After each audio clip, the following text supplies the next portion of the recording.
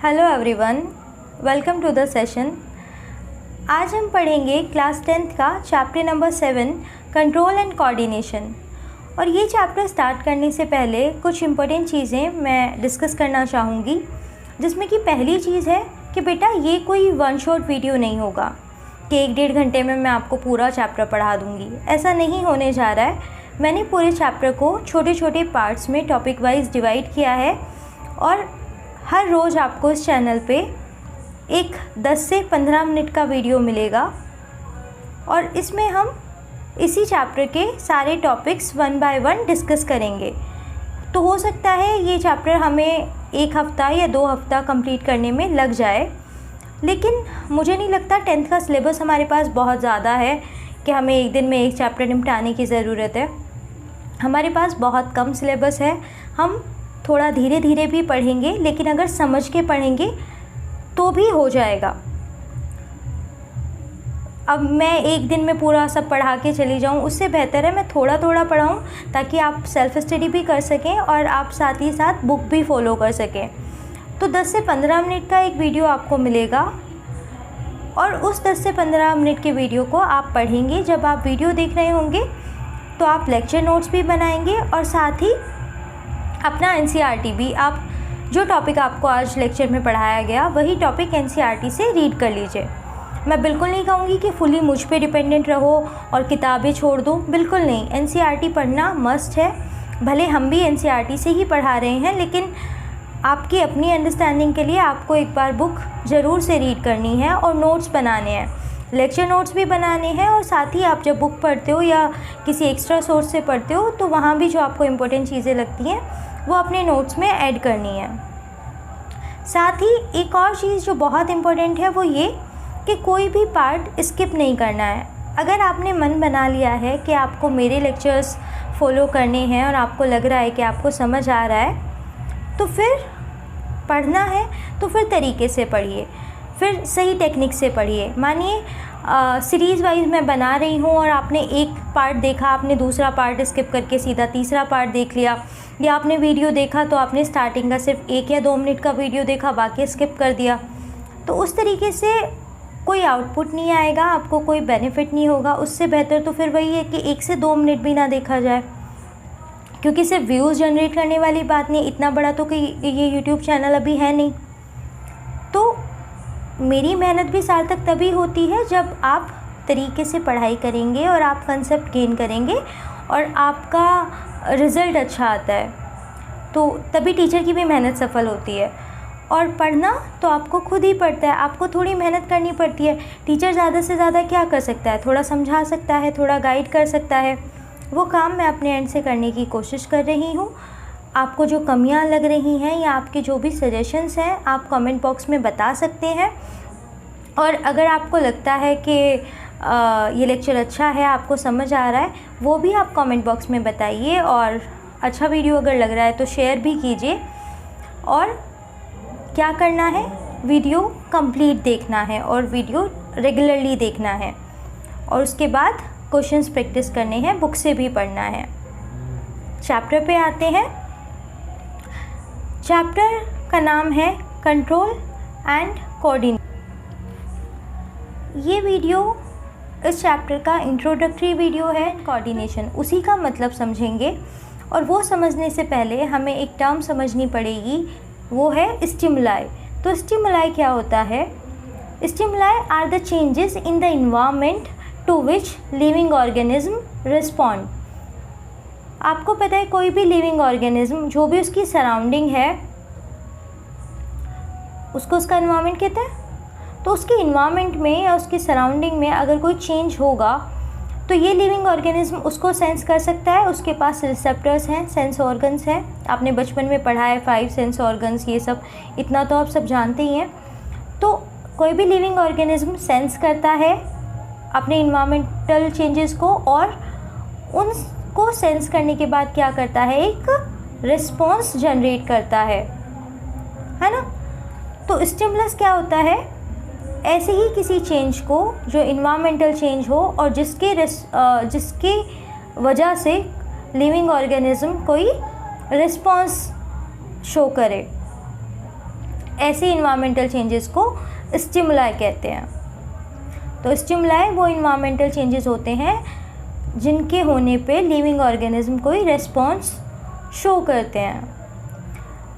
Stimuli के example हो सकते हैं cold, heat, sound, pressure, taste, smell, gravity, touch, और भी कई एग्जाम्पल्स हो सकते हैं। ठीक है, अब यहाँ एक एग्जाम्पल के लेते हैं और उससे समझते हैं। ये देखिए, इसमें आप क्या देख रहे हैं, यहाँ स्टिमुलस क्या है, कोल्ड। टेम्परेचर अगर लो हो रहा है, ये लिविंग ऑर्गेनिज्म जिस इन्वायरमेंट में रह रहा है वहाँ अगर टेम्परेचर लो होता है तो क्या रिस्पॉन्स जनरेट कर रहा है। देखो इसने कपड़े किस तरह के पहने, ये वूलन्स पहन रहा है, इसके हाथ देखो कैसे इसने बिल्कुल बांध के रखे हुए हैं। तो ये क्या है, ये इस लिविंग ऑर्गेनिज्म का रिस्पॉन्स है इस कोल्ड स्टिमुलस पे।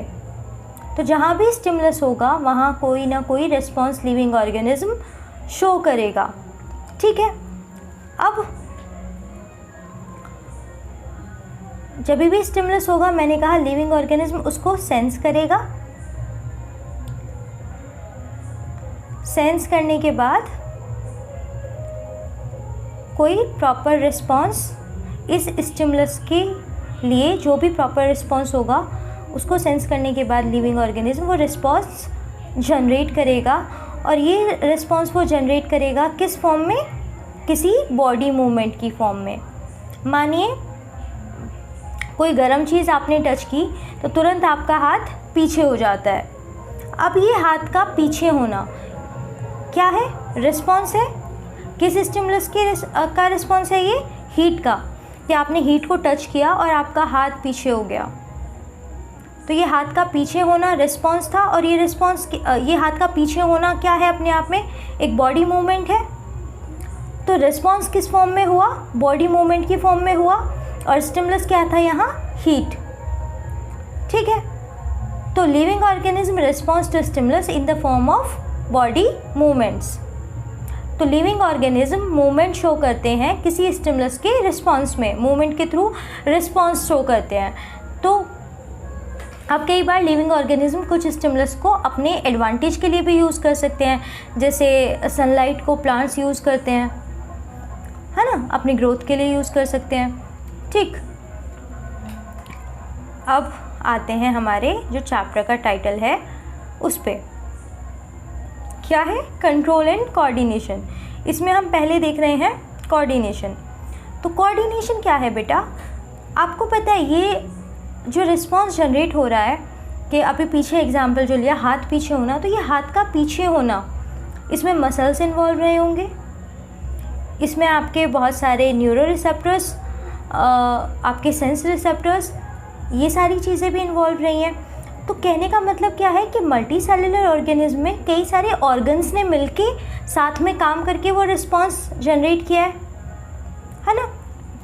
एक दूसरे एग्जांपल से समझते हैं। यहाँ देखिए स्टिमुलस है हीट, टेम्परेचर बढ़ा, इसकी स्किन पे जो रिसेप्टर्स हैं उन्होंने ये टेम्परेचर फील किया और इसको पता चला कि हीट है, और ये सिग्नल गया इसके ब्रेन को, इसके सेंसरी न्यूरॉन के थ्रू, और ब्रेन ने एक रिस्पॉन्स जनरेट करने को कहा मोटर न्यूरॉन के थ्रू, और ये इसने फ़ैन ऑन किया और पंखे के सामने बैठ गई।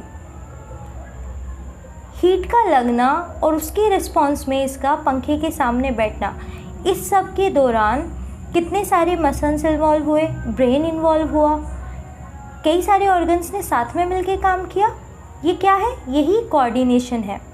तो जितने भी मूवमेंट हमारी बॉडी में होते हैं, जितने भी रिस्पॉन्स हमारे जनरेट होते हैं, उसमें बहुत सारे ऑर्गन्स का एक साथ काम करना ज़रूरी है, और बहुत सारे ऑर्गन्स उसमें साथ मिलके काम करते हैं, कोऑर्डिनेट करते हैं। इस कोऑर्डिनेशन को कंट्रोल करने के लिए हमारी बॉडी में कुछ सिस्टम्स हैं, और ये किस तरीके से कंट्रोल होते हैं ये सारी चीज़ें, और किस तरह से कोऑर्डिनेट होती हैं, वही हम इस चैप्टर में पढ़ने वाले हैं। एक बार पढ़ लेते हैं। यहाँ क्या लिखा है, for a proper response to a stimulus many organs in the body should work together. किसी स्टिमुलस पे प्रॉपर रिस्पॉन्स के लिए बॉडी के कई सारे ऑर्गन्स को साथ में काम करना होता है।